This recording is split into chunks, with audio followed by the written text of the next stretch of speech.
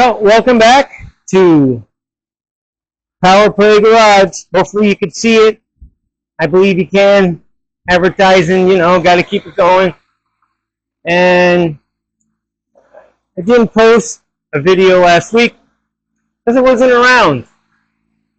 So I believe the one I'm going to show prior to this will be when I worked on it on Thursday and Friday. I should say we worked on it on Thursday and Friday. So, got the morning started, and I'm going to show you a couple of things, and it has to do with exhaust wrap. You can get it in two colors, I believe. We chose black, and there's like a eggshell color, something like that. I don't know if it comes in any other colors than that, but got black. And one of the things I figured I'd show, in case somebody's going to use it, they give you bands.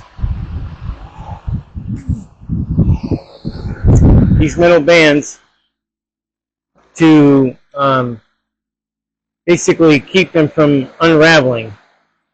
Yeah, they're interesting. They're pretty strong, and they have like a slide-like grasping clip where you loop this around and it goes in it. You put it into the slot, and then there's two ways, I guess, by hand if you wanted to maybe use a pair of needle nose pliers. I don't know. They do sell a tool. It looks like a 1/4-inch drive extension with a slit cut in it. And because I've done these before, I actually made my own. It wasn't worth the effort of trying to figure out where you're going to buy it or what they charge. Didn't matter. So I'm going to show you what I made. And I have it inside my drill, the end, and I machined it. Yep, I cut it down, and then I cut a slot in it. And I use it for, also I put emery cloth in there, and you could use it for that if you were going to try to clean inside of a pipe, a cylinder. But I choose to use it to tighten up the bands, and I put it on slow. Not that you're even going to do that. You're just going to kind of turn it a little bit like that. And I'll show you what I've done and how I used it. So hopefully, see these two metal bands sticking out? All I did was slide this inside there. And I just pulled the trigger just slightly a little bit because you don't want to overdo it. I believe it might strip. So I did two of them on here because it's at the end. Sometimes the guy will put one up at the top where you started and, just one, but I wrapped it more than once. And also, there's two ways you can actually apply the band, or not the band, the actual wrap. You can install it wet or dry. This year I chose to do it wet on the exhaust. I do have it applied to a hose. I'm going to show you that in a moment. But they say that you can get a little bit more stretch out of it, or when it dries, it'll tighten up. I've experienced both, and personally, I haven't really seen the difference in either way of doing it. So whatever you feel comfortable using it for, then, however you want to do it, then that's what I would suggest you do. So I'm actually going to snip these off, the excess. You might need tin snips. I'm going to try to use these dikes and see if I can cut it that way. I don't know if it will or won't. Nope. I'm going to have to get a little shear type things. Snip, snip. Should.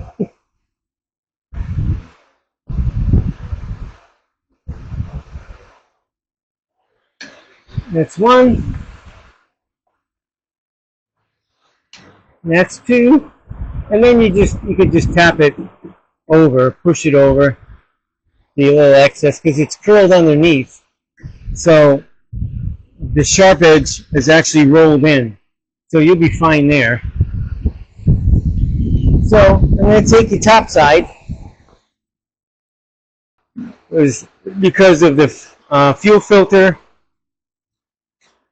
that's right there, I have mounted, and there's probably 2 inches of space between the pipe and the filter, a little bit more space where the line is. And this is where the most extensive part of the heat will end up being, especially around the bend. And I took it back. The total length might be 18 inches from the top to the other end. And if need be, if it, if for some reason any sort of vapor locking happens within the fuel line, I can always go and add more. So it starts there at the collector and goes about 18 inches. So I'm going to lower the car and show you where else I put this stuff. As you can see here, the AC line, it's an inch away, not quite, maybe 3/4 of an inch away from the pipe. And I didn't want to have it running straight across. If I did that, then it would have taken away pretty much from this view, more so than necessary. So looping it down and around and coming up into the dryer, I felt was a little cleaner. So just in case, I don't want the heat to affect the hose at all, or the line at all, or the content inside the line at all. So that's why I decided to do that.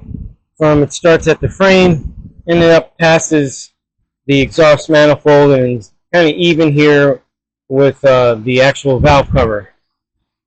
And anywhere else I plan on putting it, I guess I'll do that afterwards. Just wanted to get that started. Try to have this thing running smooth. Maybe have the grill on. Bleed the brakes. Whatever it takes. It's just one step at a time. And no doubt we got to get the interior in, the rest of it, and go from there. So until the next move, stand by. All right, we're back.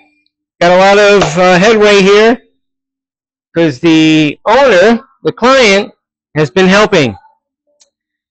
And as you can tell, and I'm going to bring you around the front, the radiator is set in. I had to make a thick, solid cushion to where the radiator would be comfortable on top of the cross-member frame to where that was set originally. And also, we got the condenser in place, hooked up, and brackets made. So I'm going to take you around the front and show you. There's the grill. We actually have the Dodge Brothers emblem on the front, ready to go. There she be. That reminds me of the cartoon in the wintertime, Christmas time, Santa Claus one, when that character is in that particular mail truck with the skis on the front. I'm sure some of you folks remember that cartoon. Could have been Rudolph, the red-nosed reindeer one. That's a good cartoon. But there she be. The lines are hooked up. I got a little cushion right here so that this doesn't put any pressure going that way to make this piece up here bend in. That'd be a no-no. And now, hopefully, the grill will go on there comfortably and bolt on to these areas here, to that area there, and then the lower section, the crown section, with my spacers that I made, go on there and all line up comfortably. Sure it will, but there's one of the brackets. You can see the 2 screws in there, how nicely. Yep, piece of cake to make, nothing major there to really see, but there you have it. Until the next part, stand by. Okay, it's the next day and I'm back. I'm going to show a little progress and actually give you a view of under the 1933 5-window coupe. Yeah, the shot underneath. Well, right there is the front grill. It's not 100% in yet, but we are working on it. We just put the radiator hose finally hooked up in there, and I had to replace one of the brake lines. It was leaking. So the rear right, which was perfect because it actually verified the fact that we got fluid going to the back wheel. So that's been changed out and painted so it looks nice and pretty. But next step is we're going to lower the car down. We're going to make some adjustments And one of the adjustments is we're going to take out that spacer there, and hopefully to get this front of this fender to come down a little bit and see what happens from there, so that we can tweak the grill a little bit to the driver's side, which would be left. It's not 100% either plumb or level, however you want to look at it. So that's our next move. And until that, stand by. All right, I'm back. We got a few more things done, and I'm going to take you through the steps and show you. First off, you can see that the bars, the chrome pieces to hold the grill, completely the radiator and all that assembly is all fully bolted in. I'm not too ecstatic about these. I think I'm going to try to shorten it to take the angle out of that. Not a big fan of those things. They look really nice, but that's just my taste, you know, as far as not a big fan of them. But nevertheless, got that taken care of. I started bleeding the lines, the brake lines. I had to replace one. I believe I might have mentioned that already. And we worked on the lights, make sure that the lights are working, and they do now. There was some ground issues with the right side headlight, so I had to add an additional ground because inside the basket where the housing is mounted to that basket that goes to that piece down there, there's some surface rust that was climbing through there. So I think that was causing the issue. So we added the ground and then we connected it underneath to the frame, and we got our tail lights working. And we just have to, and also the license plate light is now hooked up and working. And it'll be a matter of figuring out the blinkers because we don't have brake lights yet. The turn signals, when I put on the four ways, they will light up, but they're not flashing. So I'll have to investigate that. And when I go to lift the front end, the car up, I'm going to show you the underneath. The brackets that I made, I will be posting for Friday morning the brackets that I made for the trans cooler. So let me bring the car up because it has to anyway, and then show you. Alrighty, so there is the trans cooler, which I ended up painting it black because I didn't come that color. But the light is on the bracket. I had to put a twist on the one end. I bolted it to the bottom of the lower radiator support, which is also a part of the fender support, and made it work that way. And there's the lines. Hopefully you can see them nicely hooked up. Loop around really nice. There's no kinks in the lines. And I put my little specialty hose bumper like to keep them so they don't rub together. But all is well when it comes to that. A lot of room there. Yep, got everything all bolted up with the fenders and my spacers that I made. Yep, worked out pretty well. So the next point is Puss in Boots is going to direct me tomorrow on what needs to be done, and that's wiring for the AC system and also hooking up the fan for the radiator. The wiring's there. I just got to find the plug on there and wire all that stuff in. And then if I have time, the horn will be the last thing. We're just trying to get it done so that she can safely drive the vehicle to an event for the 7th. So that's the game plan. I believe it'll all work out, and we'll go from there. So tomorrow's another day. Today's Thursday. So tomorrow I'll be chiming back in. So until then, have a good night. I don't know what way to go. Kind of want to get the background where the special radiator hose. I took it off. I didn't like the way it laid out. Too much pressure. It was leaning. And I'm going to tell you, it was a real chore taking this whole thing apart. Well, this, obviously, if you can get an idea, there's the bottom. This is the top where it goes in the radiator. And actually, this needs to go back on there anyway. So to get this thing to separate, because this isn't like a screw type. It's individual rings, and I did have to make it 3 rings shorter. And look at that, spam call. And I took off 3 rings, which, checking it out, I think it'll be very comfortable for it. And I don't even know what it's made of. A little bit of copper, but it is flexible to a point.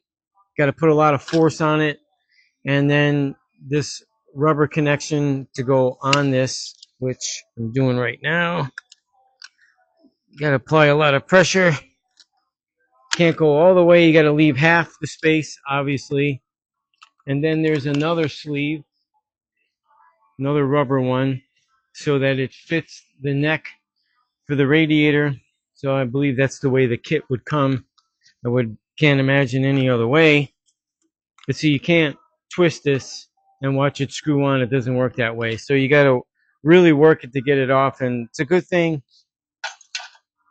that I had this particular tool, which is made for separating hoses from the neck that it's attached to. So that helped out in taking it off. And now it's just a matter of working the new one back on, hopefully. Yeah, so once I have it back on, get this in place, and I get it in there in place, then I'll chime back in. So in the meantime, just stand by and let me work it. Okay, I'm back, and it is installed. Put together, installed. Definitely some work to get those things in there. Hopefully you can tell that basically the squareness off the engine, you can see it definitely has a lot more vertical position than it had before. It was leaning towards the firewall, and I couldn't have that. I didn't know if it was going to leak or not leak, and it just looks a whole lot better being formed like that. The neck out of the radiator is offset from that point, which is fine. That does flex to a point. So I'm going to move on to the next thing. I'm going to wire up the fan, plug it back into where it was, and then wire in the AC component. And I have a wire down here somewhere ready to come out of the loom and wire up to this right here, actually, so that'll work. So until I get all that hooked up, stand by. All right, I'm back. And as you can see, I have the Ram emblem mounted actually at the top where it belongs, right above the Dodge Brothers emblem right there and at the grill. It's a beautiful thing. Absolutely. So I took care of the wiring. It's all done. It's in. It's loomed. It's wrapped. It's tight. Everything needs to be. And as far as out here, underneath, and even the radiator, electric fan itself, everything is in place.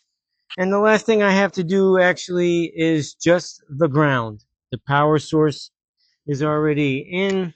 It wanted like direct power because it is a fusible link. So that's what I did.